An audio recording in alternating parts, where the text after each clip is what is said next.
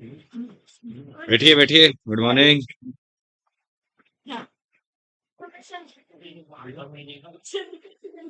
मुझे वहां से खिड़की में से झांक रही थी, देख रही थी। वो ये आज कैसे आ कैसे गए ये दोनों? हाँ। वैसे तो मैं आपके दोनों क्लासेस ऑनलाइन थे। हाँ सर, मैंने भी मैसेज भी करा था, वो इस पे शो नहीं होता। हाँ भाई, ये बच्चे कौन बैठे हैं तो? क्या? ये तो शायद एक दिन इसने तो लिए क्लास में लगता है। उधर वाले ने नहीं। अच्छा, वो दूसरी बच्ची।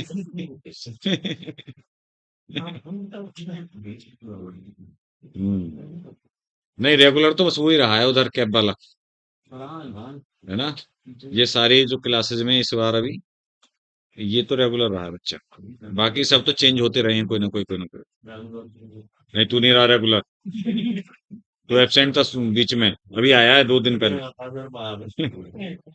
तो मेरी क्लास तो अभी लगातार चल रही है कई दिनों से। तो सुनो, आ, हमने लास्ट टाइम बेटा, देखो मॉलिक्यूलर बेसिस ऑफ इनहेरिटेंस चल रहा है ना? एनसीईआरटी में उसे निकाल लो, अपने खोल लो। और उसमें मैंने डीएनए के बारे में बताया था।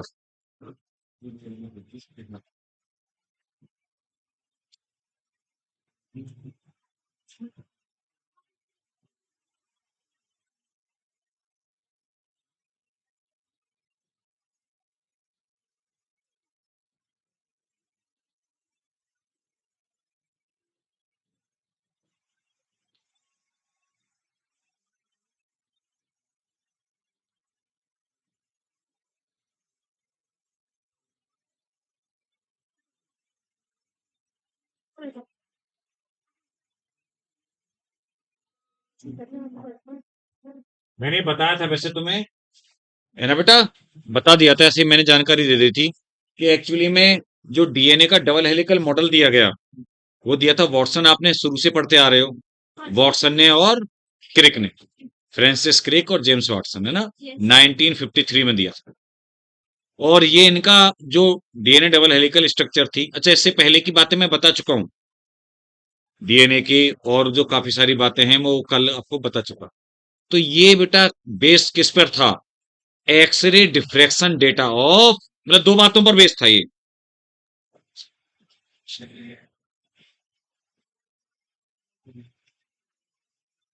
एक तो बेस था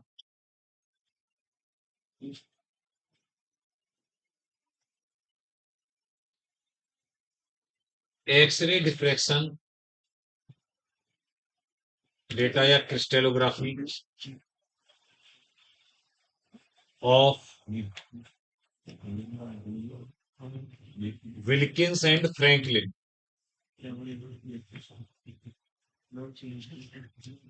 ये मिल जाएंगे आपको एनसीईआरटी में नाम, है ना? विल्किंस, मॉरिस विल्किन और रोजालिंड फ्रैंकलिन, है ना?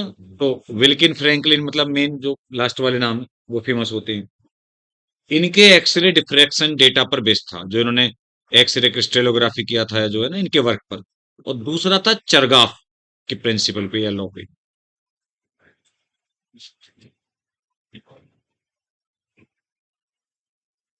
चारगाफ भी कह देते हैं, चारगाफ।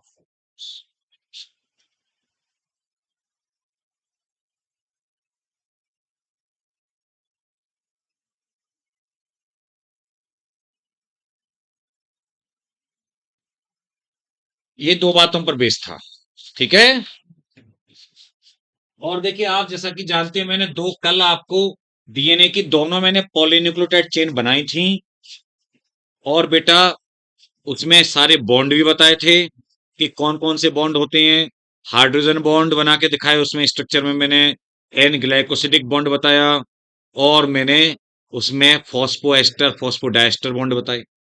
ये सब बातें हमारी हो गई, ठीक है? जो आप देखो पीछे एनसीईआरटी में देखो स्ट्रक्चर तो दिख रही है, पॉलीन्यूक्लियोटाइड चेन के पीछे, पीछे मतलब पीछे होता है। यही जो ऊपर है जैसे ये है ना, और इसके पीछे है सिंगल वाली भी, एक न्यूक्लियोटाइड ही बना के दिखाया था।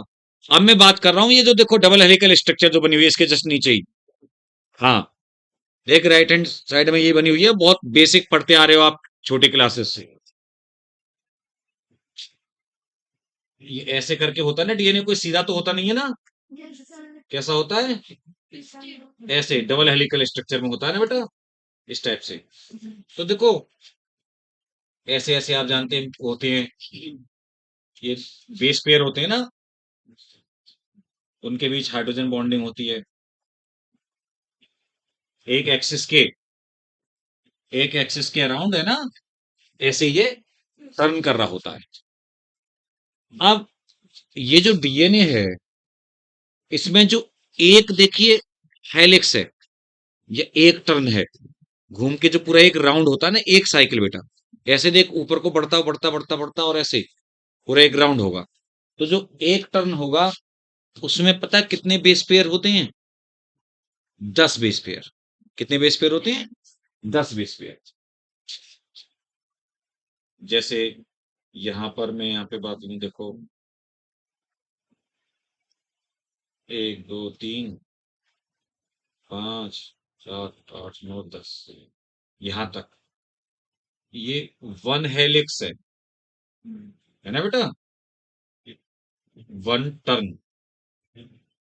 कैसा है ये, वन टर्न से।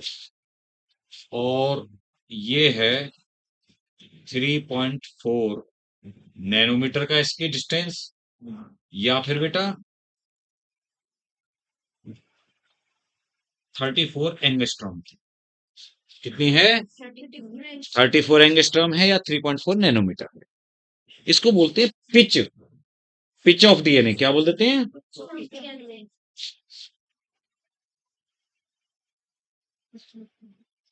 Pitch of DNA helix. Actually बेटा पिच का मतलब जैसे वो नहीं होती क्रिकेट की पिच होती है ग्राउंड 22 यार्ड वाली, 22 गज की, तो ऐसे ही एक हेलिक्स की जो लंबाई है उसको पिच बोला जाता है। ठीक है, वो 34 एंगस्ट्रॉम या फिर 3.4 नैनोमीटर। अच्छा, आप जानते हो एंगस्ट्रॉम का मतलब क्या होता है, एक एंगस्ट्रॉम इज इक्वल टू क्या, हाँ 10 to the power -10 मीटर, और एक नैनोमीटर में 10 to the power -9 मीटर, है ना, इसीलिए तो एक का अंतर है, तो 34 है या 3.4 है। अब ये तो पूरी हो गई दो, ये जो बेस पेयर है ना, दो एडजेसेंट बेस पेयर, लगातार दो बेस पेयर के बीच की कितनी डिस्टेंस होगी, दूरी, इनके बीच में कितना गैप है।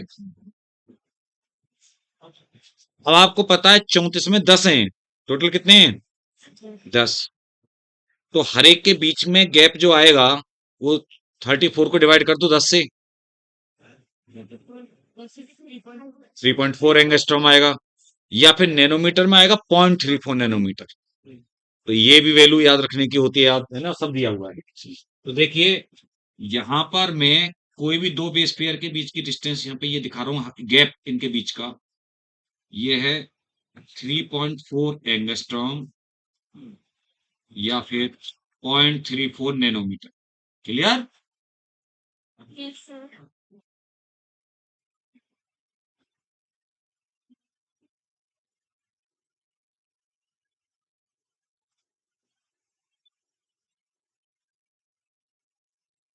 नहीं ज्यादा बंद मत कर, वो इधर का खोल खोल दे थोड़ा सा, बस बस बस, क्योंकि वो फिर सिर पर करता रहता, हल्का रहता है।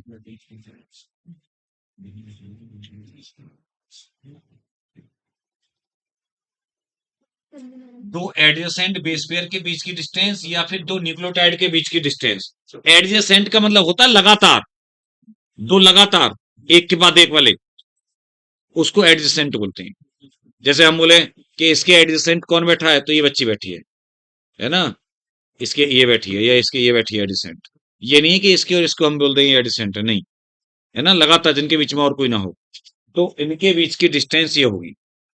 दो बातें याद हो गई, क्लियर। अच्छा देखिए, अच्छा एक और चीज, चाहे बायोमोलिक्यूल में भी आप 11th वाले में भी कह सकते हैं, जो पूरा टर्न है ये, जैसे ऐसे घूमते घूमते घूमता घूमता घूमता पूरा कितने डिग्री का एंगल आ जाएगा पूरे टर्न में,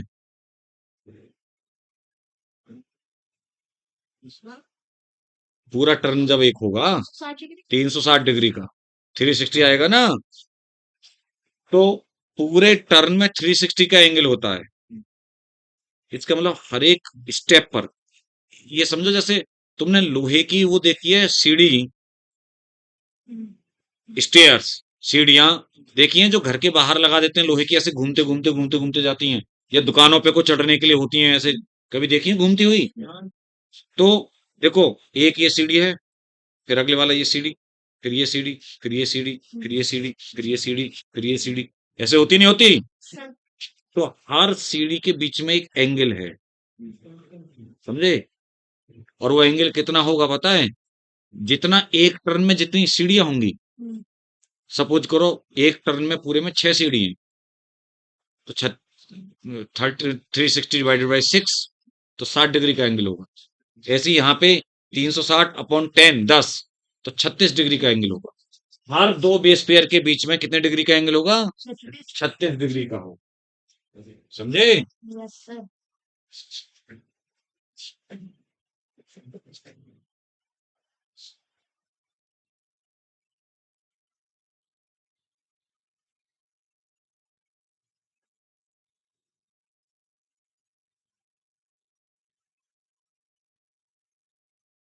बीपी का मतलब बेस पेयर, तो ये भी हमें पता है। देखो अच्छा, दूसरा इसका जो डायमीटर है, डायमीटर बोले तो इसकी जो चौड़ाई है, डीएनए की जो विड्थ है, विड्थ बोले हम, या इसकी है ना चौड़ाई कितनी है, दोनों डबल स्ट्रैंड है कितने दूर है वो, तो टोटल मिलके कितनी चौड़ाई है उसकी, वो बोला था डायमीटर, 20 एंगस्ट्रॉम का होता है। कितना होता है? ये सब बातें इस डबल हेलिकल मॉडल में ही पता चली। 20 एंगस्ट्रॉम का डायमीटर है।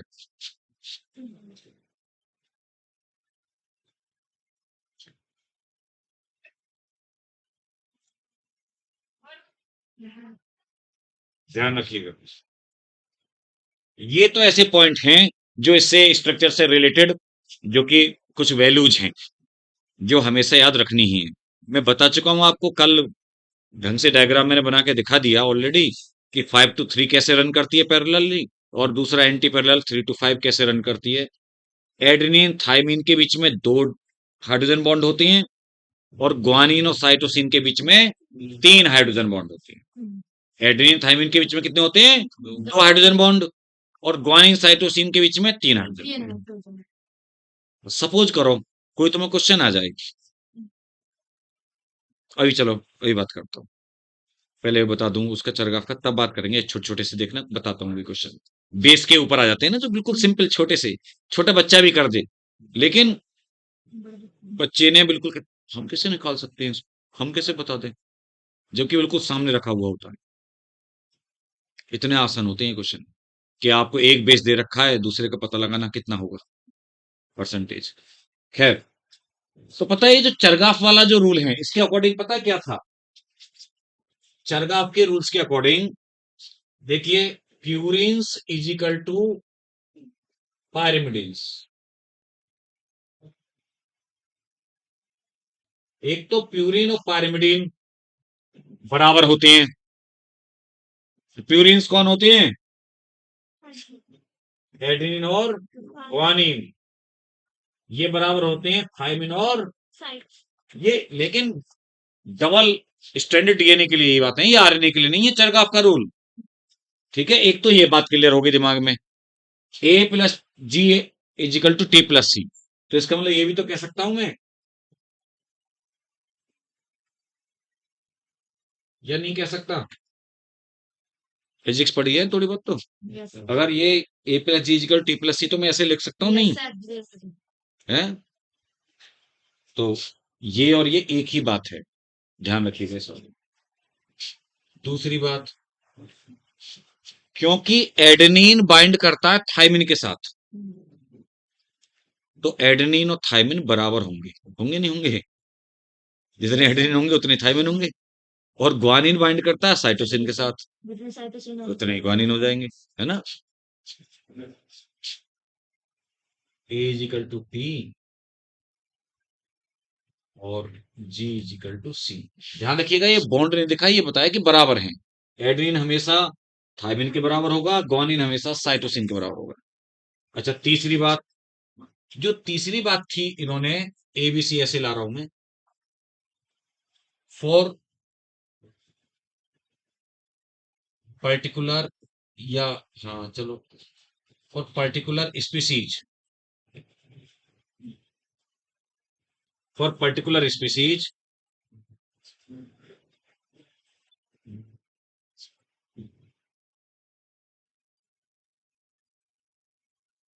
बेस रेशियो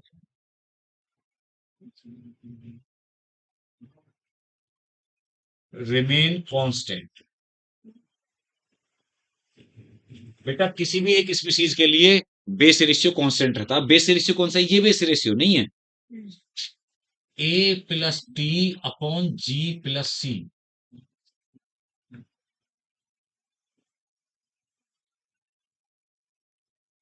ये वाली बात देखो, आई नो थोड़ी प्रॉब्लम क्या है, बच्चे की ऊपर ऊपर से पढ़ने की आदत होती है ऐसे उड़ी उड़ी मार के, तो इसमें और इसमें वो अंतर नहीं समझता, जबकि अंतर तो बहुत बड़ा है।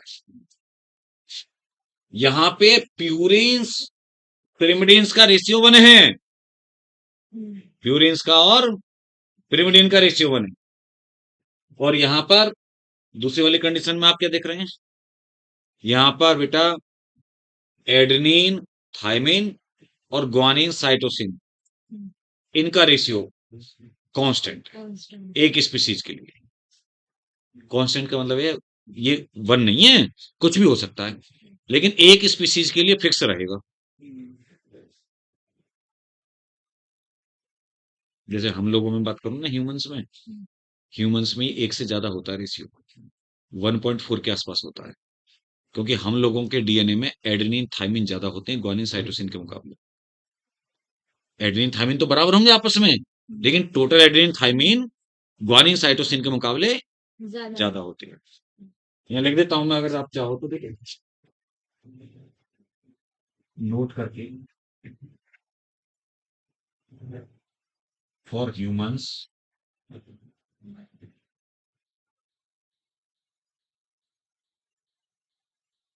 This ratio is 1. चलो 1 को छोड़ो, ग्रेटर देन 1 कर देता हूं, है ना, इस क्या बोल देते हैं, ग्रेटर देन 1। और बेटा प्रोकैरियोट के लिए less than 1।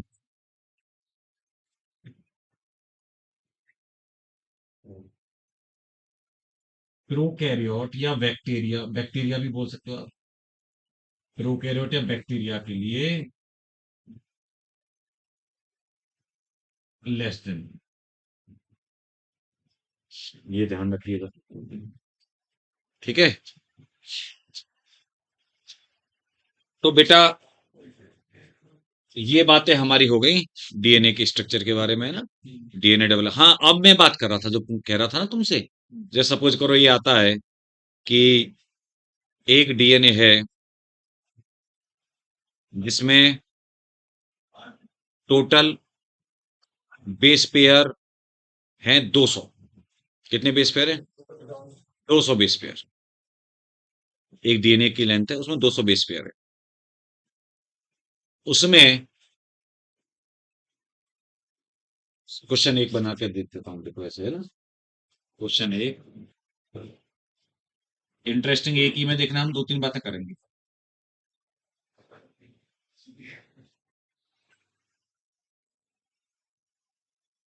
200 BP base pair है ना बेटा,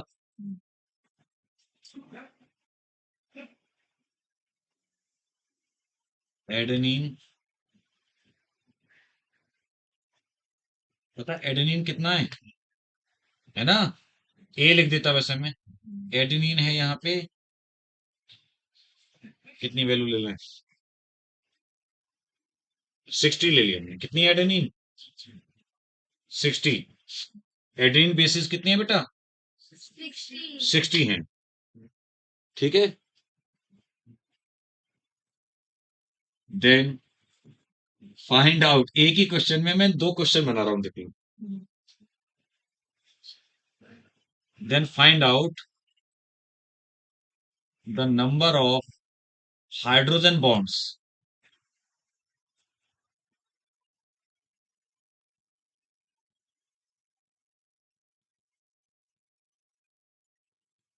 लो साहब, then find out the number of hydrogen bonds in this DNA. है अच्छा क्वेश्चन।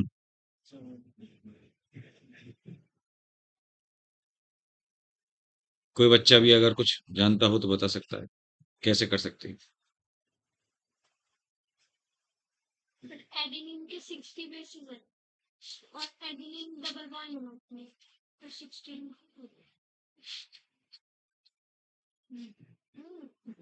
बहुत ही आसान है अगर थोड़ा सा भी दिमाग किसी ने लगाया तो। इस क्वेश्चन में दो क्वेश्चन इनबिल्ट है, जो मैं अलग अलग करके अगर दो बार अगर बताता तो वो एक बार में काम चल गया।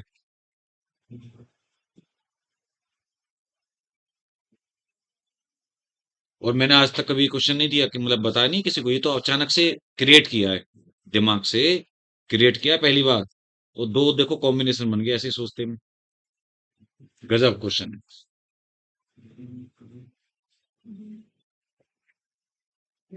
देखो अपने करके कैलकुलेट करके देखो ना, अपने रफ कॉपी तुम्हारे हाथ में है, अगर कुछ करना चाहते हो तो।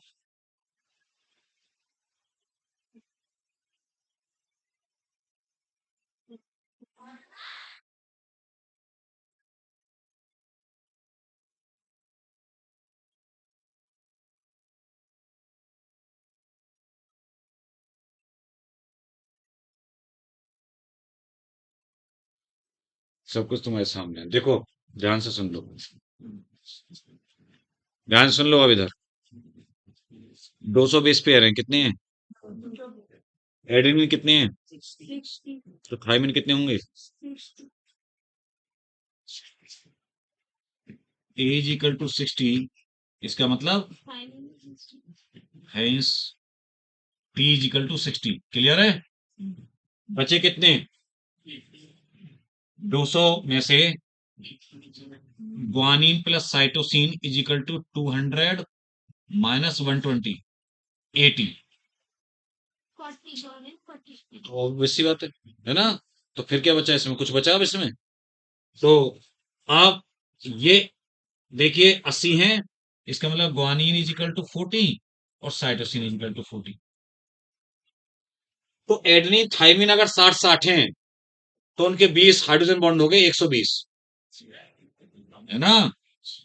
Hydrogen bonds is equal to 120 plus 40 है ये ग्वानिन साइटोसिन, 40 गुणा 3 120, वहां पे 3 3 होते हैं, तो टोटल आंसर आ गया 240। था बेहतरीन क्वेश्चन नहीं था, और एकदम सिंपल चुटकियों में। केवल एक बेस आपको पता है तो आपको पता चल गया ना दूसरा भी, कि एड्रीन इतना है तो थायमिन भी उतना होगा। और जब ये दोनों पता मतलब पता चल गए तो गार्निक साइटोसिन तो बराबर ही होंगे हमेशा। और उनके बॉन्ड हमें पता ही है कि ए और टी में 2 होते हैं। ये वाला मिलेगा नहीं तुम्हें कहीं बुक में, कहीं भी बुक में, किसी भी साइट पे क्वेश्चन ये।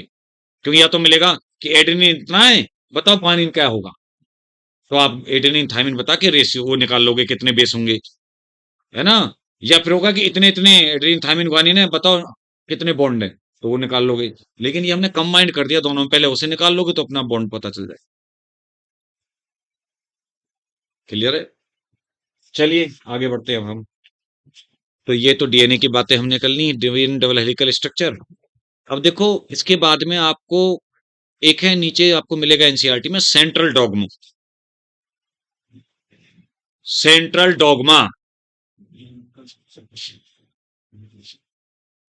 मिला नहीं मिला।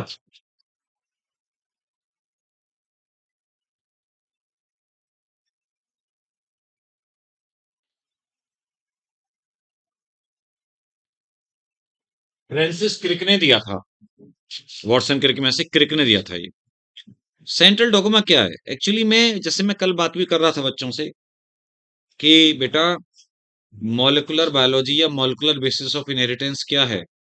ये है जिसमें कि जीन का एक्सप्रेशन होता है, डीएनए का एक्सप्रेशन होता है करेक्टर के फॉर्म में, कि कैसे करेक्टर आते हैं हम लोगों में। डीएनए से। तो यहां पर फ्लो ऑफ जेनेटिक इंफॉर्मेशन, क्या बोलेंगे हम इसको? फ्लो ऑफ जेनेटिक इंफॉर्मेशन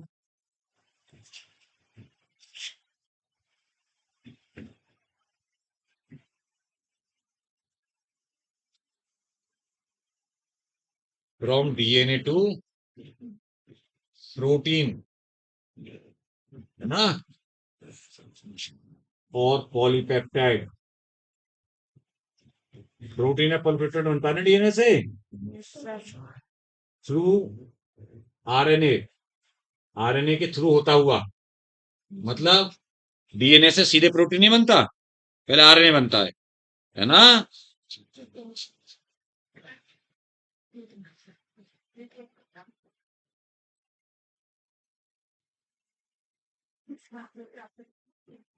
ये है बेहतरीन इसकी डेफिनेशन।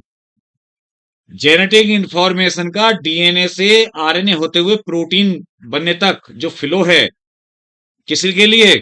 लक्षणों को, है ना, प्रदर्शित करने के लिए, लक्षण आने के लिए, for expression of traits, trait के एक्सप्रेशन के लिए। हो गया काम?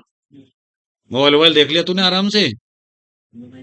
अच्छा, क्या कर रही थी तो नीचे? क्या क्या लिखा तूने नोटबुक में, देखा कॉपी में? क्या लिखा था? देखा आज क्या लिखा तूने? ये लिख रही थी तुम? अच्छा, चलो। तो बेटा रे, तो देखिए हम कहां पर बात कर रहे थे। तो ये जेनेटिक इंफॉर्मेशन का फ्लो है किधर से? डीएनए से आरएनए से होता हुआ प्रोटीन बनने तक, और उसकी वजह से ट्रेट या कैरेक्टर आ जाता है। तो पता है बेटा, डीएनए से डीएनए बनने को बोलते हैं रेप्लिकेशन। क्या कहते हैं इसको? रेप्लिकेशन। मतलब डीएनए से डीएनए कॉपी बन रही है। अच्छा, डीएनए से आरएनए बनने को क्या कहते हैं? ट्रांसक्रिप्शन। अच्छा, एक बात बता दूं, केवल एक एमआरएनए नहीं बनता वैसे। वैसे मेन तो एमआरएनए होता है, लेकिन तीनों सभी आरएनए बनते हैं डीएनए से। ये मत सोचना केवल एमआरएनए बनता है। और आरएनए से फिर प्रोटीन, एक्चुअली में पॉलीपेप्टाइड बोले तो ज्यादा बेटर है। ट्रांसलेशन, क्योंकि जो प्रोटीन बनती है ना वो पॉलीपेप्टाइड, वो कैसी भी हो सकती है। वो एंजाइम भी हो सकता है, वो स्ट्रक्चरल प्रोटीन भी हो सकती है, यानी ये रेगुलेटरी प्रोटीन भी हो सकती है, एंजाइम या हार्मोन, और स्ट्रक्चर बनाने वाली प्रोटीन भी हो सकती है ना। तब करेक्टर आएगा, तब करेक्टर आएगा। तो बेटा रे, अब इस पॉलीपेप्टाइड के बाद में तब फिर लिख देंगे ट्रेट। ये ऐसे, ये है सेंट्रल डोगमा।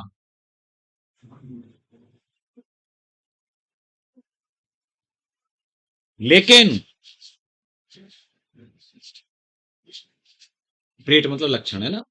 लेकिन पता है, ये देखने में आया कि कुछ वायरसेस ऐसे होती हैं जिनमें कि रिवर्स सेंट्रल डोगमा पाया जाता है। तो बेटा इसको उसको ऊपर रख के किया कर तू आराम से, हाँ इस पे, उससे ज्यादा आसानी रहेगी तेरे लिए।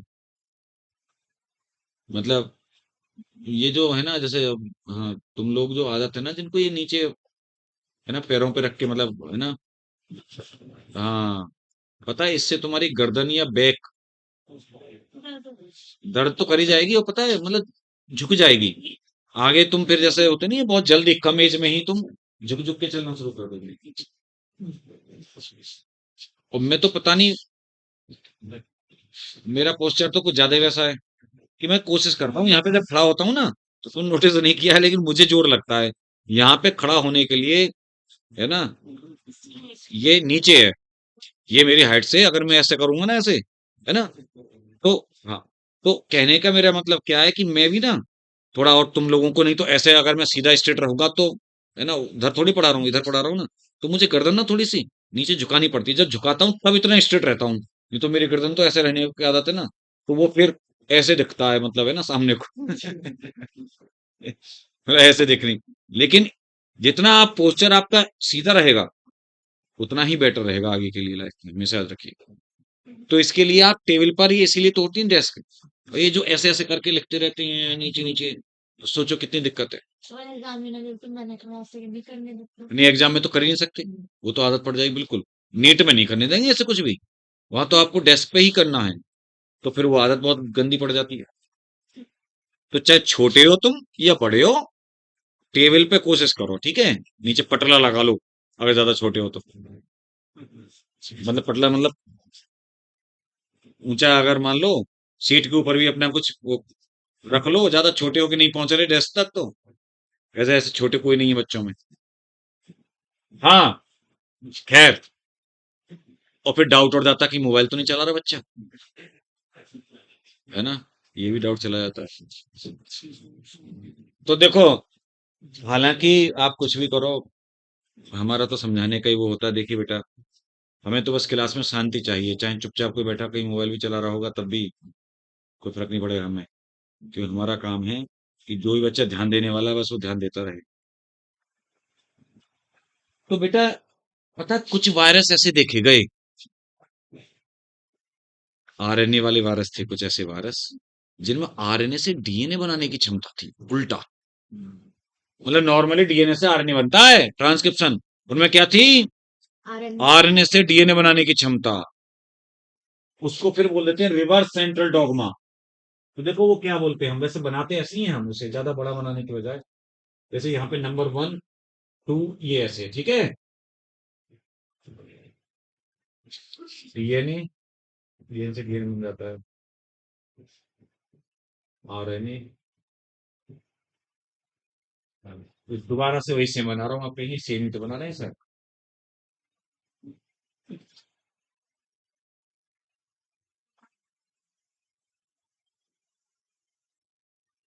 यहाँ से आरएनए से मैंने डीएनए की तरफ ऐसे कर दिया, देखो,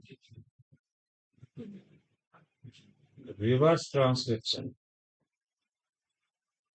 रिवर्स ट्रांसक्रिप्शन, ये तो नंबर 1 है। ये फिर ट्रांसक्रिप्शन मतलब एक बार रिवर्स ट्रांसक्रिप्शन होके डीएनए बनेगा, और फिर डीएनए से दोबारा आरएनए बनेगा।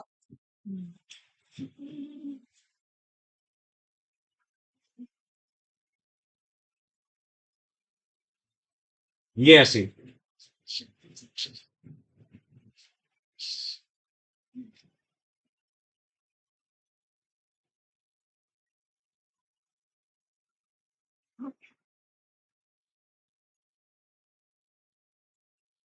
रिवर्स सेंट्रल डॉगमा, क्या बोलेंगे हम इसको, रिवर्स सेंट्रल डॉगमा। क्लियर है।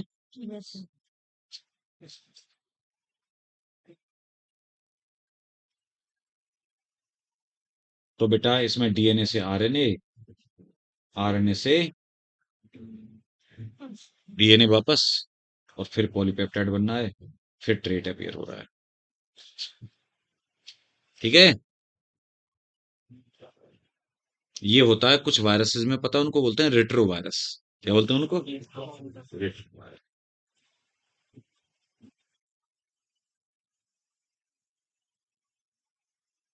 और ये रेट्रो वायरस पता है कौन होते हैं, हैं, हाँ, एचआईवी होता है, and oncogenic virus, cancer virus.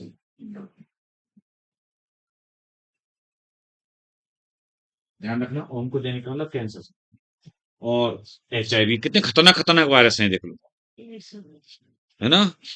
अच्छा, ये कोरोना वाला जो वायरस में था ना, इसमें भी तो वो तुमने याद है, एक टेस्ट होता है आरटीपीसीआर, आरटी का मतलब रिवर्स ट्रांसक्रिप्शन था वहां पे, आरएनए वाला वायरस है वो, उसके आरएनए से पहले डीएनए बनाते थे उसमें टेस्ट में, पहले उस आरएनए से डीएनए बना के तब फिर उसकी पीसीआर की जाती थी। पीसीआर होती है पॉलीमरेज चेन रिएक्शन, पढ़ोगे तुम आगे, बायोटेक में पढ़ चुके हो तुम? हाँ। तो वो एक्चुअली में डीएनए की कॉपी बनाई जाती है, मल्टीप्लीकेशन किया जाता है। तो पहले आरएनए से डीएनए बनाते थे हम लोग उस टेस्ट में, और फिर उसको बोलते थे आरटीपीसीआर टेस्ट। खूब फेमस था ना, यस हर कोई जानता था आरटीपीसीआर टेस्ट करना, जबकि वो नहीं पता उसे फुल फॉर्म क्या है। हाँ।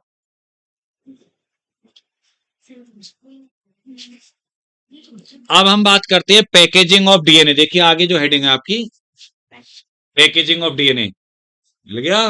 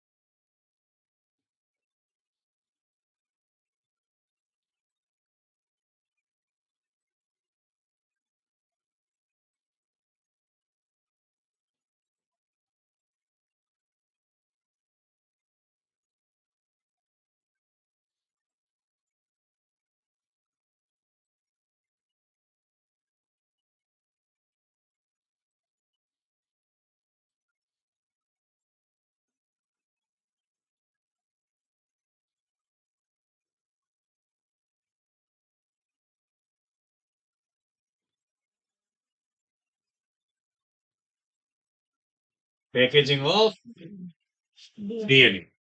तो पता है बेटा, डीएनए जो होता है, डीएनए एक्चुअली में एसिडिक नेचर का होता है। कैसे नेचर का होता है? एसिडिक नेचर का, या मैं बोलूं नेगेटिवली चार्ज होता है। कैसे होता है? Negatively charge.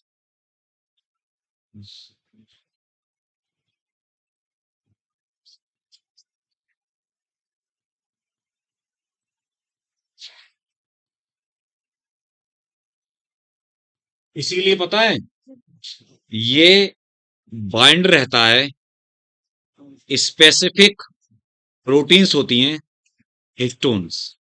हिस्टोन प्रोटीन है ना, जो कि बेसिक या एल्कलाइन प्रोटीन है बेटा।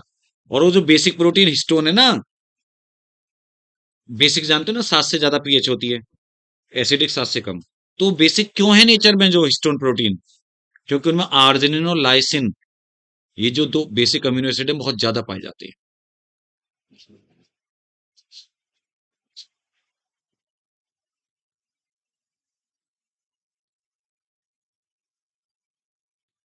हिस्टोन प्रोटीन्स जो होती हैं, कैसी होती हैं बेटा? Basic and positive charge. तभी तो ये डीएनए इनके साथ रहता है, जिससे स्टेबलाइज हो सके, है ना बेटा? जैसे कि एसिडिक और बेसिक के साथ में मिलके स्टेबलाइजेशन हो सके। और ये बेसिक क्यों है? Due to excess of basic amino acids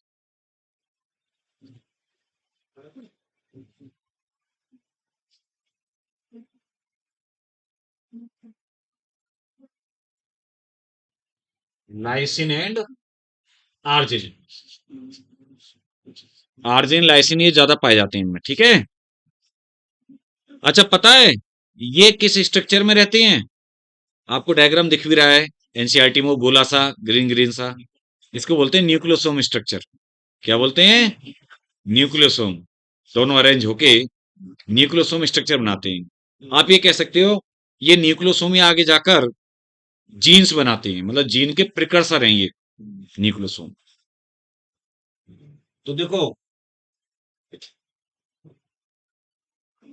एक ये जो सिलेंडर सा है ना, ये हिस्टोन का ऑक्टामर है। किसका है बेटा ये?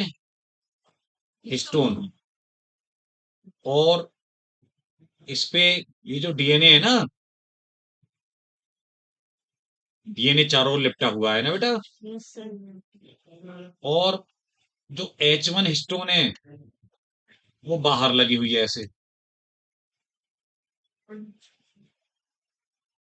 H1 हिस्टोन, और ये हिस्टोन का ऑक्टामर है।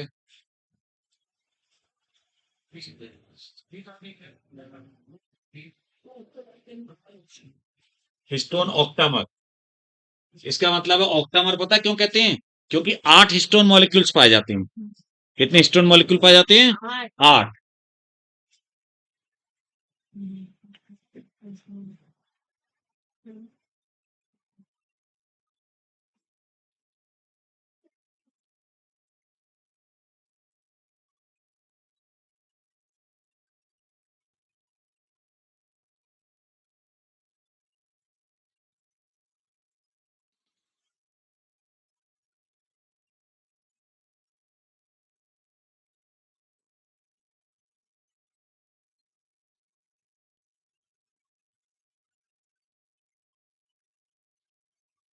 देखिए, ये 8 मॉलिक्यूल किस किसके हैं?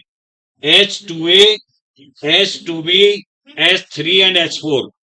इनके हर एक के दो दो मॉलिक्यूल है ना? और इनके चारों ओर ये जो डीएनए लिपटा हुआ है बेटा, है ना?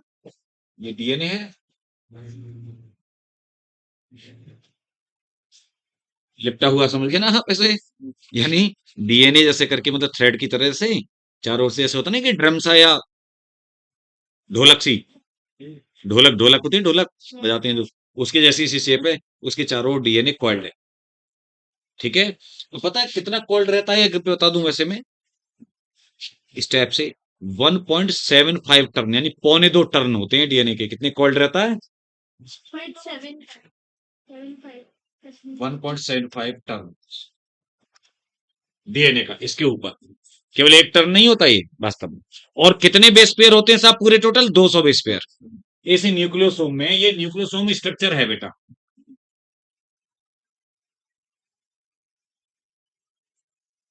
तो इसमें 200 बेस पेयर का डीएनए है।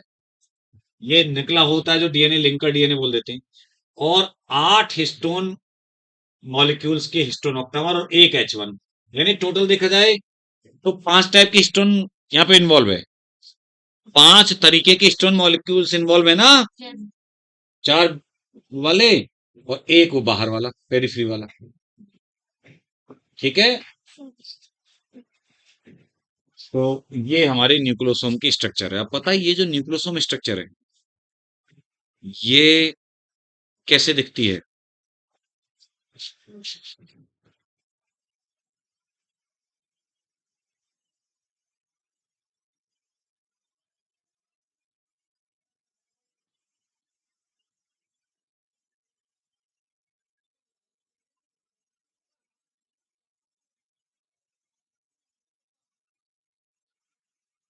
देखना, समझ रहे बात को? या फिर क्रोमेटिन के थ्रेड के फॉर्म में ना, ऐसे बीड्स ऑन स्ट्रिंग कैसे दिखती है? जब इलेक्ट्रॉन माइक्रोस्कोप से देखा गया तो जैसे मोती होते हैं ना, मोती।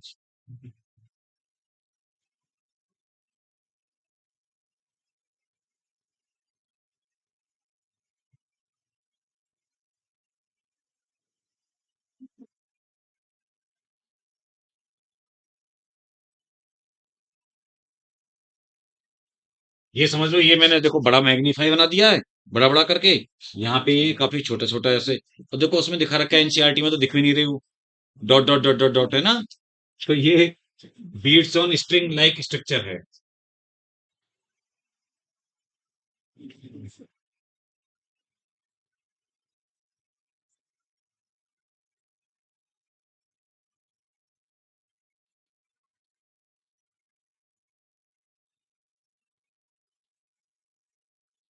क्रोमेटिन स्ट्रक्चर बनाते हैं ना बेटा, ये क्या बनाते हैं?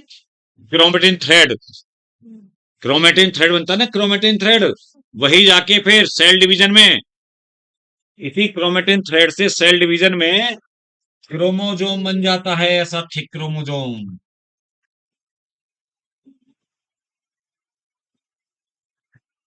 बन जाता नहीं बन जाता? और ये तो इसका एक क्रोमेटिड दिखाया है, दो दो क्रोमेटिड बन जाते हैं एक क्रोमोजोम के।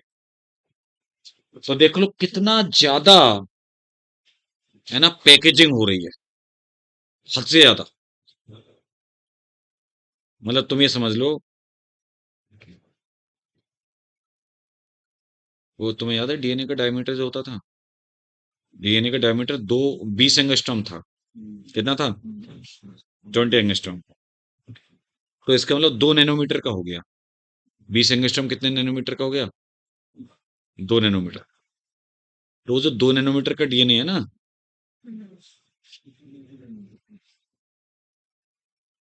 देखो, डीएनए 2 नैनोमीटर का है ना थिकनेस, और क्रोमोसोम जब बन जाता है ना 1400 नैनोमीटर, 714, मतलब 700 एक्चुअली में जैसे 1 किलोमीटर है ना, इतने यहां तक आप सोचिए थिकनेस चली जाती है। तो पता है, लेंथ कम होती जाती है बेशक, कॉइलिंग होती जाती है। क्या होती जाती है? कॉइलिंग। मतलब ये इस तरीके से कॉइल होते चले जाते हैं, है ना। ये जो न्यूक्लियोसोम के साथ में जो क्रोमेटिन है, ये भी कॉइल होते चले जाते हैं। जैसे प्रोटीन में नहीं आपने पढ़ा था कि वो हेलिकल स्ट्रक्चर और सेकेंडरी स्ट्रक्चर, वैसे डीएनए जो होता है ये सेकेंडरी स्ट्रक्चर ही तो शो करता है। और कॉइलिंग हो होकर, है ना, कॉइलिंग या सुपर कॉइलिंग हो होकर बेटा कितना बन जाता? 1400 नैनोमीटर तक की स्टेज। अच्छा, ये जो हायर पैकेजिंग पे ध्यान सुनिए मेरी बात, ये एनसीईआरटी में लिखी भी है। हायर लेवल पे जो इसकी पैकेजिंग है ना, डीएनए की या क्रोमेटिन की, हायर लेवल पर पैकेजिंग किसकी हेल्प से होती है? नॉन स्टोन क्रोमोसोमल प्रोटीन, देखो लिखा होगा एनएससी। देखो इसके लास्ट में अगले पेज पे लिखा मिलेगा, वो शायद हेडिंग तुम्हें, हाँ मतलब हेडिंग क्या, एंड ये सेंटेंस खत्म हुआ एनएससी पे। क्या है? एनएचसी। मिल गया ना? नॉन हिस्टोन क्रोमोसोमल प्रोटीन्स, उसके थ्रू हायर लेवल पे जो पैकेजिंग है उसके थ्रू होती है हेल्प से। एक्चुअल में मैं तुम्हें एक बात बताऊं वास्तव में, कि बेटा जो क्रोमोसोम होता है, वो क्रोमोसोम केवल डीएनए का ही नहीं बना हुआ होता। क्रोमोसोम में 4 चीजें होती हैं। ये जो क्रोमोसोम है, इसमें डीएनए होता है लगभग 45% के आसपास,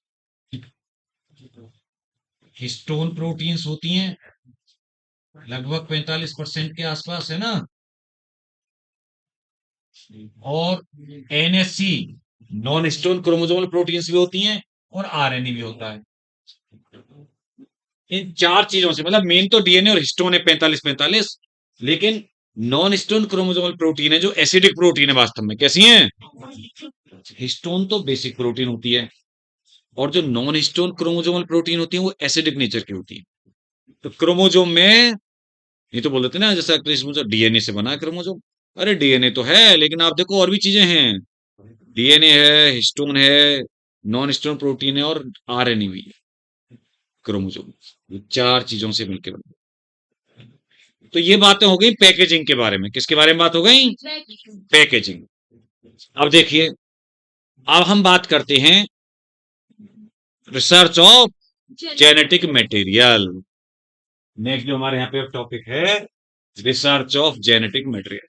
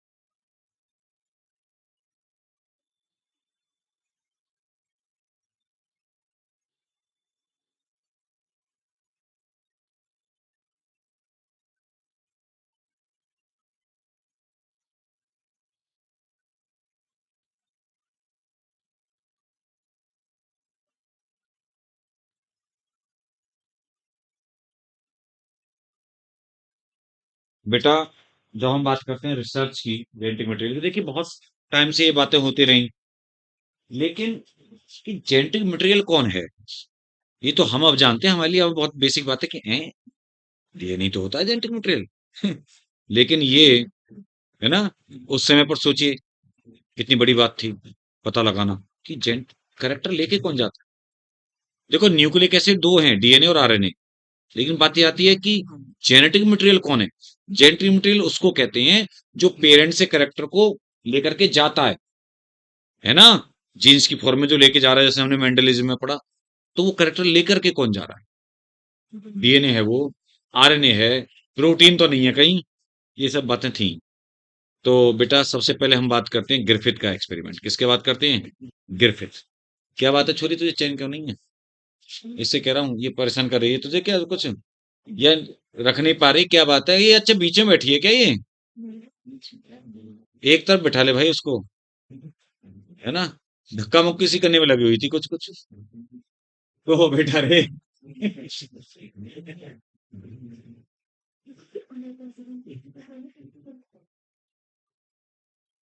ग्रिफिथ,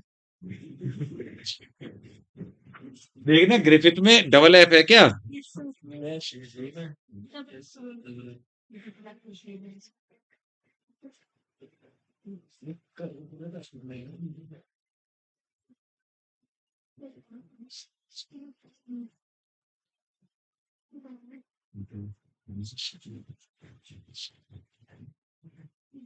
देखिए ध्यान से सुनिए, ग्रिफिथ का ट्रांसफॉर्मेशन वाला एक्सपेरिमेंट है ना, या ट्रांसफॉर्मिंग प्रिंसिपल करके हेडिंग छपी हुई है तुम्हारे उसमें, कि वो क्या है। हालांकि मैं आपको बता दूं, ये प्रिंसिपल का मतलब ये कॉन्सेप्ट नहीं है, बता दूंगा भी। प्रिंसिपल का मतलब है केमिकल सब्सटेंस। खैर, तो पता है, सुनो कहानी सुनो। इन्होंने बेटा एक तो लिया चूहा, मतलब एक चूहा है, मतलब कई सारे चूहे, मतलब चूहा लिया एक ऑर्गेनिज्म, ठीक है। तू नहीं पकड़ के दिया था क्या गिरफित को। ये गिरती मैं नहीं पकड़ा। तो वो जो चूहा लिया, क्या नाम है तेरा बेटा, लविशा लविशा लविसा, और तुम्हारा सना। तो पता है, वो जो चूहा एक तो लिया बेटा, चूहे पे एक्सपेरिमेंट किए, और एक लिया बैक्टीरिया निमोनिया करने वाला, Streptococcus pneumoniae, Streptococcus pneumoniae bacteria बेटा, या फिर न्यूमोकोकस भी कह देते हैं उसको, क्या बोल देते हैं, एक ही बात है। एंड रेट, मतलब रेट बोल तो माइस, ठीक है, ये लिए। तो पता है इन्होंने क्या देखा, देखो कहानी की तरह ही ध्यान रखना। इन्होंने देखा कि कुछ चूहों में निमोनिया करने वाला बैक्टीरिया है, और उनकी डेथ हो रही है, उनकी डेथ हो रही है, निमोनिया हो रही है बीमारी।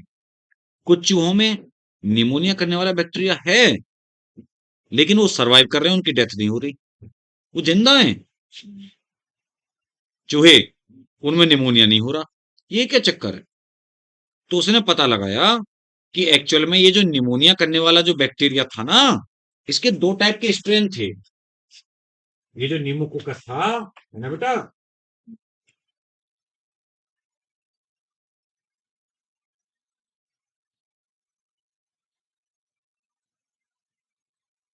एक तो था इसका एस स्ट्रेन, कैसा स्ट्रेन, मतलब उसकी वेराइटी है, टाइप, है ना बेटा, और एक था आर स्ट्रेन।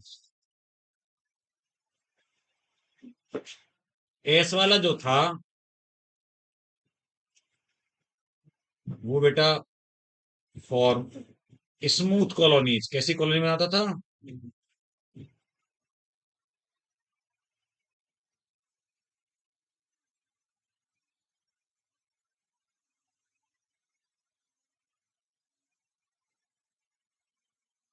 अच्छा ये स्मूथ और रफ बनाते क्यों थे, या स्मूथ थे, एस वाला स्मूथ था, आर वाला रफ था, रफ मतलब खुरदरा। स्मूथ क्यों था, क्योंकि उसके ऊपर कैप्सूल था, कैसा था? म्यूको पॉलीसेकेराइड की कोटिंग थी, म्यूकस कोट था, तो हम बोलेंगे कैप्सुलेटेड था ये। और इसके अलावा वायरुलेंट था। वायरुलेंट का मतलब जानते हो नहीं जानते? वायरुलेंट का मतलब होता है बीमारी करने की क्षमता रखने वाला, पैथोजेनिक, VIRULENT, पैथोजेनिक। अच्छा, ये जो था दूसरा, ये नॉन कैप्सुलेटेड था।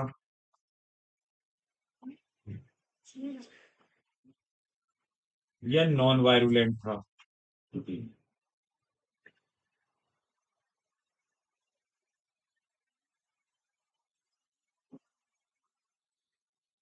नॉन पैथोजेनिक यानी बीमारी नहीं करता, आर वाला बीमारी नहीं करता ही कम।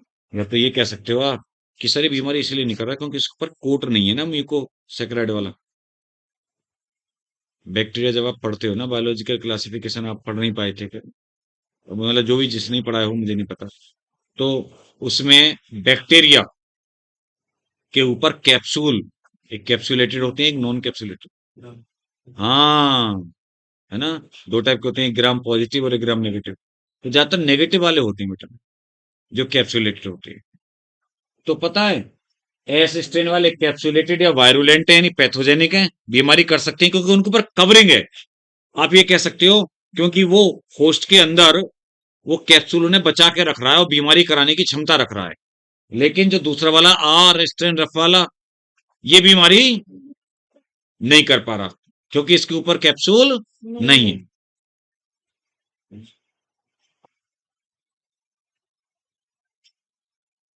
तो बेटा पता है, चार वो थे लाइन एक्सपेरिमेंट, ध्यान से देखना।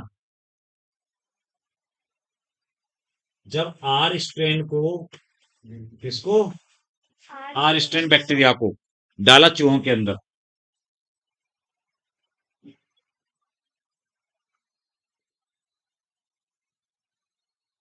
आर स्ट्रेन को इंजेक्ट किया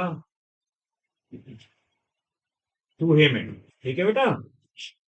तो चूहे में जब इंजेक्ट किया तो चूहे बल्ले बल्ले करते रहे,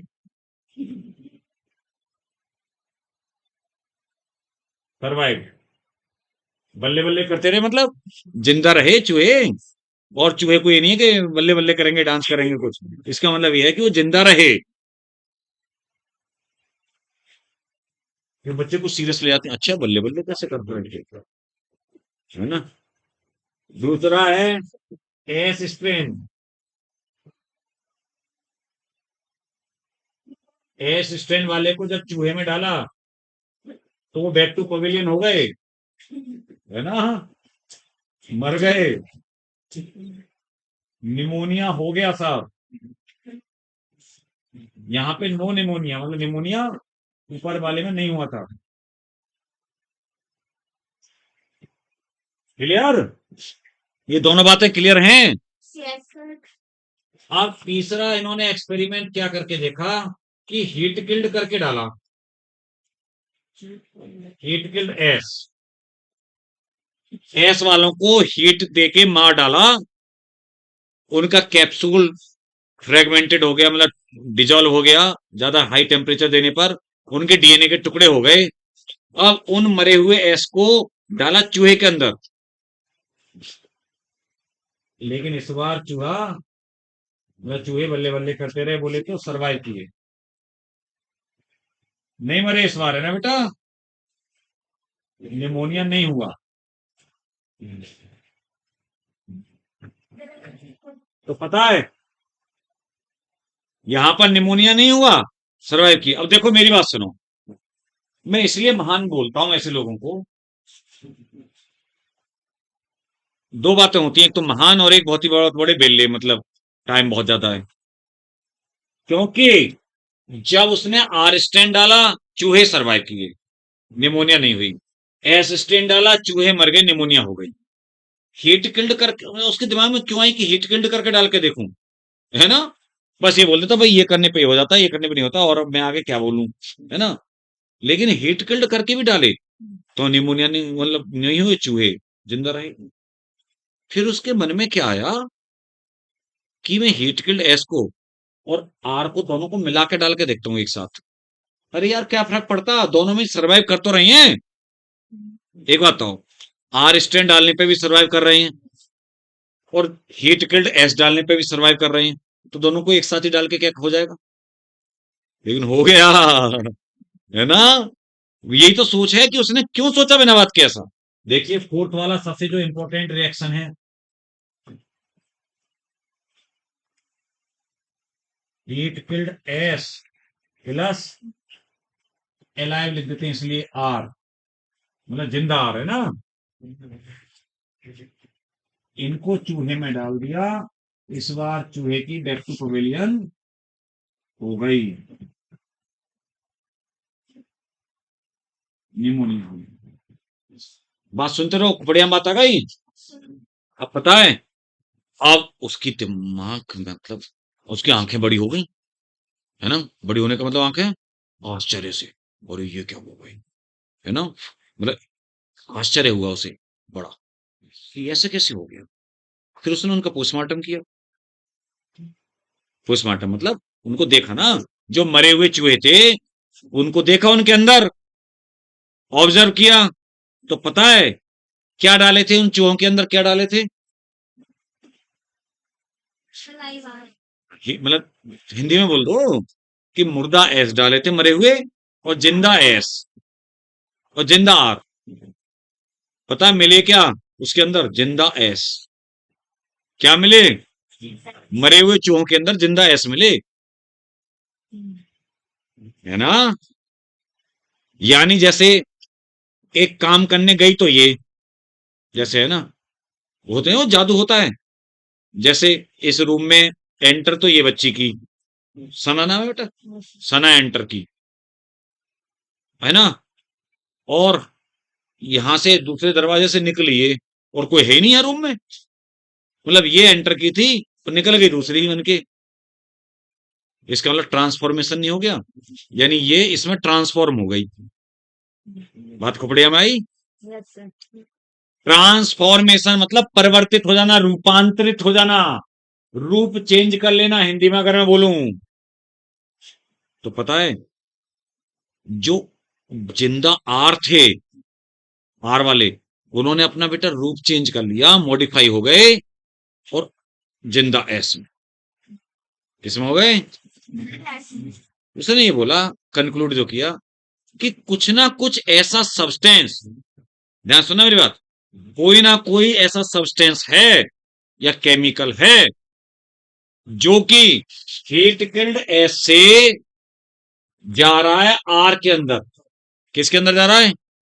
ध्यान सुनो, कोई ना कोई ऐसी चीज है जो हीट किल्ड एस के अंदर से, हीट किल्ड जरूर है लेकिन उनके अंदर से जा रहा है आर के अंदर, और उनको कन्वर्ट कर रहा है या ट्रांसफॉर्म कर रहा है जिंदा एस में।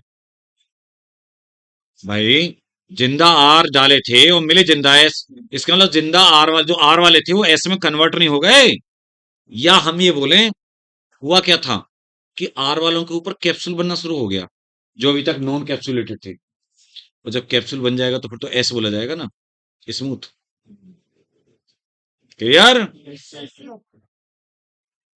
तो उसने उस केमिकल सब्सटेंस को नाम पता है क्या दिया? जो गया वो ये नहीं जानता था वो डीएनए गया है, उसने उसको नाम दिया ट्रांसफॉर्मिंग प्रिंसिपल। देखो एनसीईआरटी में पढ़ के, क्योंकि बच्चे क्या सोचते हैं, बच्चे सोचते हैं प्रिंसिपल का मतलब यहाँ पे सिद्धांत, कोई कंसेप्ट नहीं। उसकी दो मीनिंग होती है प्रिंसिपल की। एक तो जैसे आर्किमिडीज प्रिंसिपल आप पढ़ते हो कहीं, है ना, कि वो प्रिंसिपल, एक होता है प्रिंसिपल के मीनिंग कोई सब्सटेंस। देखो वहां पे उसका कंक्लूजन लास्ट में पढ़ के देखो आप, लाइन एनसीईआरटी में जाओ, वो लाइन पढ़ो जो मैं बात बोल रहा हूं।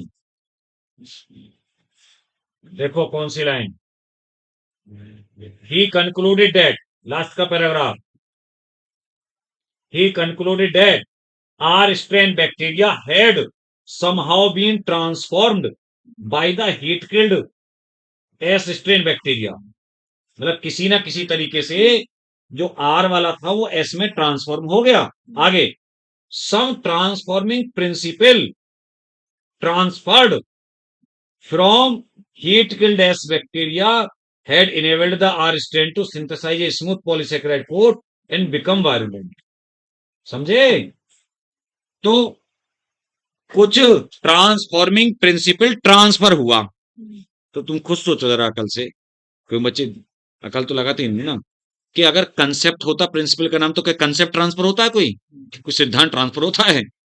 केमिकल सब्सटेंस ट्रांसफर हुआ, उसको बोला transforming principle. Clear? Yes, sir. लेकिन वो ये नहीं जानता था कि ये क्या है, ये डीएनए है या ये आरएनए है ना बेटा, ये नहीं जानता। प्रोटीन है, क्या पता क्या है। तो इसका बायोकेमिकल नेचर बाद में पता लगाया। आप देखेंगे जो अगली हेडिंग, Biochemical correction. हाँ, ऑफ ट्रांसफॉर्मिंग प्रिंसिपल। इस जो गया है ना सब्सटेंस, इसका पता लगाया कि ये डीएनए है। 3 बंदे आए बाद में। अच्छा सुनो, ग्रिफिथ ने एक्सपेरिमेंट किया था, बता देता हूं आपको, 1928 में। ये डेट्स भी एनसीईआरटी की आ जाती हैं। Sir. और फिर 3 बंदे आए, Avery, MacLeod and McCarty. Avery, MacLeod और मैककार्टी। इन्होंने 1933 से 1944 के बीच में एक्सपेरिमेंट्स किए, 11 साल तक। देखा, मुझे तो डेट भी याद है, ईयर, है ना? मैं तो नहीं था उस समय पे।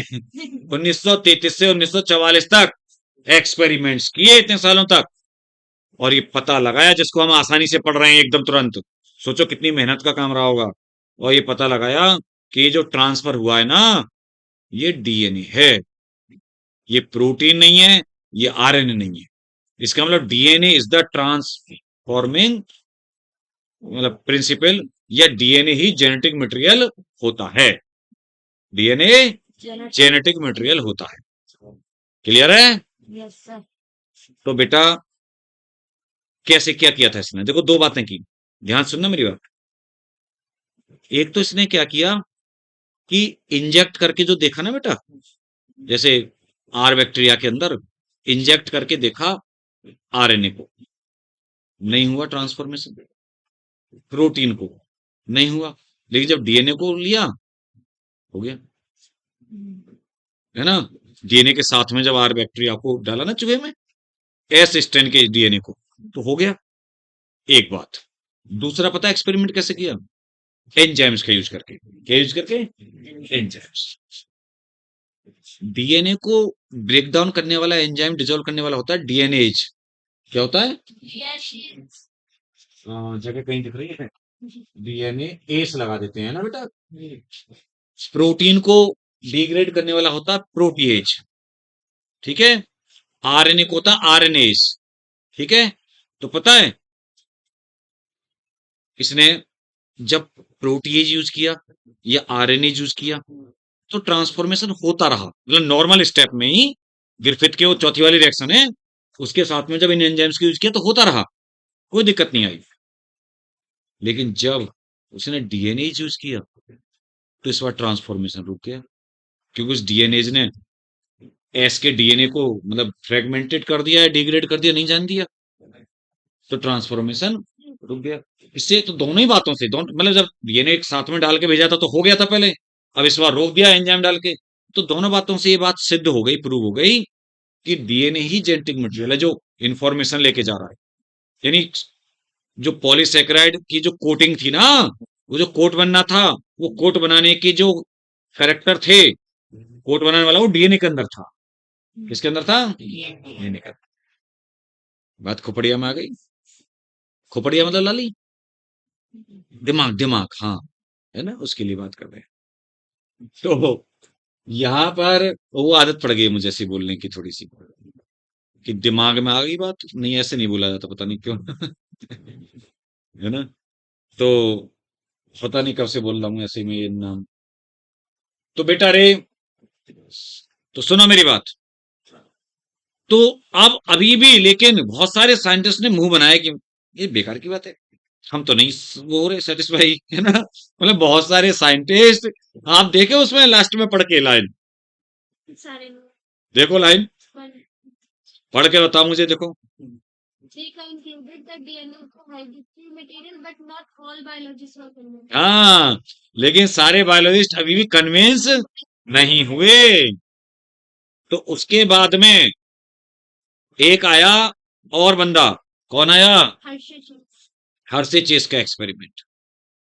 हर्षी और चेस ने प्रूव किया, और मैं इसको भी बता ही दे रहा हूं तुम लोगों को। चलो ठीक है, जल्दी से 5-6 मिनट में इसे भी खत्म करा देता हूं, क्योंकि ये कोई इतना बड़ा नहीं है। पता है, हर्षी और चेस ने, ध्यान से देखना, डायग्राम वायग्राम कुछ नहीं बना रहा मैं, वो आपका बना हुआ है। पता है, अल्फ्रेड हर्षी और मार्था चेस, इसको दिखा लो इनको भी जरा साइड में को। तो ये एनसीईआरटी लाए तुम दोनों, ये तो पिटने का काम किया तुमने। और ये 12th में हाँ तो बेशक 12th में आए तो क्या, है। हाँ वो तो 11th में ही दोनों एनसीईआरटी रख लेते हैं बच्चा। तो पता है, अल्फ्रेड हर्षे और मार्था चेस, इन्होंने एक एक्सपेरिमेंट किया, आई थिंक 1952 का है, हाँ। और मिचेल्सन स्टार का 1958 आ गया, हाँ सही है। तो पता है 1952, ये एक्सपेरिमेंट बहुत इंपॉर्टेंट है मॉलिक्यूलर बायोलॉजी में। तो सुनो ध्यान से अब, इन्होंने, पता है इन्होंने किस पे एक्सपेरिमेंट किया? इन्होंने बैक्टीरियोफेज लिया। बैक्टीरियोफेज ऐसे वायरस को कहते हैं जो बैक्टीरिया में इन्फेक्शन करता है, ठीक है। तो और बैक्टीरिया लिया साथ में। अच्छा एक और चीज सुनो, बैक्टीरियोफेज लेने का फायदा क्या था?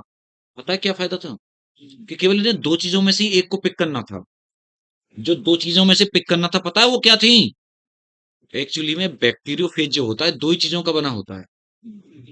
एक तो बाहर प्रोटीन कोट होता है उसका, और अंदर उसका जेनेटिक मटेरियल डीएनए होता। चक्कर क्या है, वायरस में या तो डीएनए होता है या तो आरएनए में से कोई एक होता, दोनों नहीं होते। तो आरएनए का तो कंफ्यूजन नहीं है। अब ये देखना है कि डीएनए जेनेटिक मटेरियल की तरह करैक्टर लेके जा रहा है या प्रोटीन, बस दो चीजों में से पिक करना है। अच्छा ये ऐसा पता प्रूफ था, देखो स्टार्टिंग में क्या लिखा है, अनइक्विवोकल प्रूफ। पता अनइक्विवोकल प्रूफ का क्या मतलब होता है? निसंदेह, जिसपे कोई उंगली ना उठा सके। यानी ऐसा ये एविडेंस था जिसको सबने माना, सबने, इसका कोई वो नहीं था, विरोध किसी ने नहीं किया। ये मतलब है अनइक्विवोकल का, सर्वमान्य। अगर शुद्ध हिंदी में बात करूं, क्या है? सर्वमान्य। क्लियर? वो हिंदी वाली आज आई नहीं है, वो ज्यादा जो हिंदी हिंदी बोलती थी, पुनर्योजन और वो वाली संलग्नता वाली। अच्छा अच्छा, हाँ। तो सुना मेरी बात। तो फिर हिंदी की बात थोड़ी सी है ना, करनी पड़ती थी। तो मैं क्या बोल रहा था, पता है? तो ध्यान से सुना, आराम आराम से।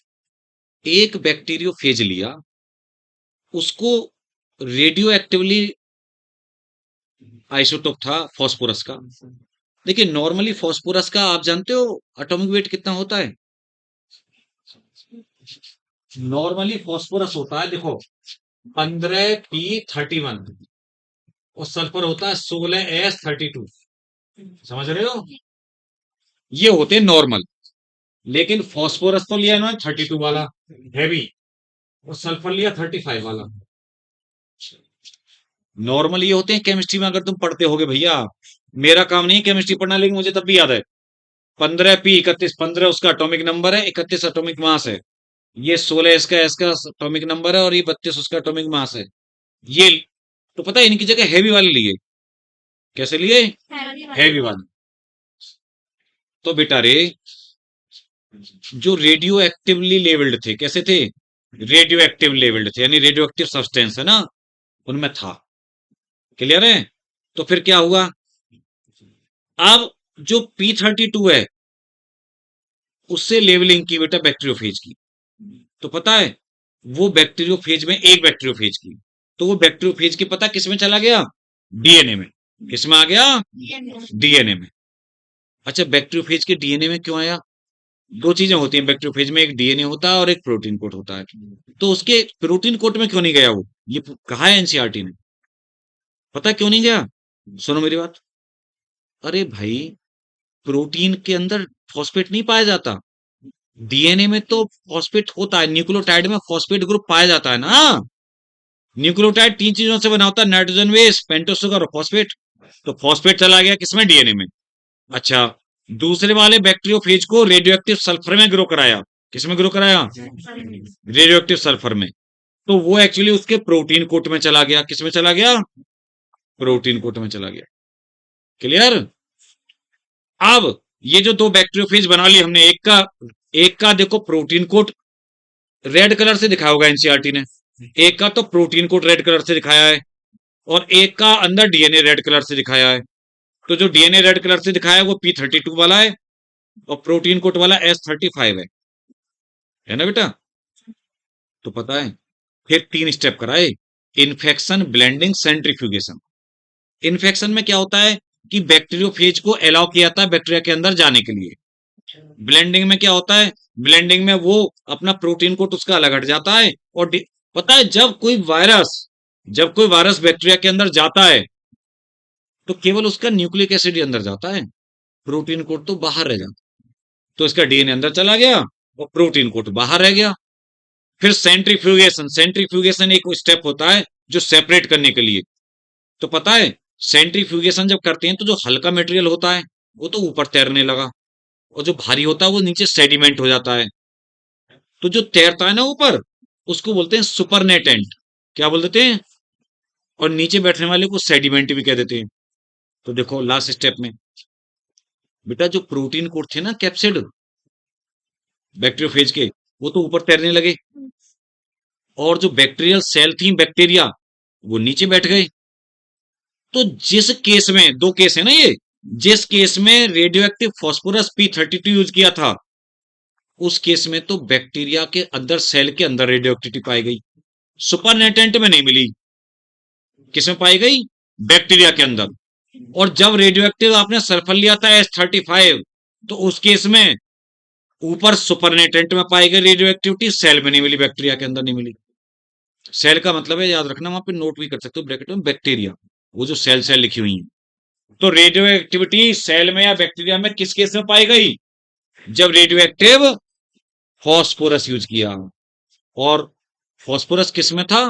डीएनए में गया था। इसके मतलब करेक्टर को लेके कौन गया?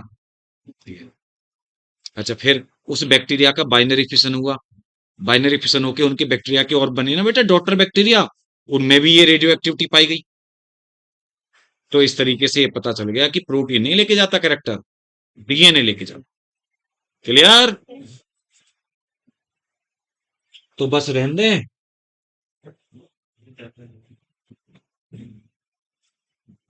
तो कपड़ा कहां है से ओए, रहने दे, चल बाहर।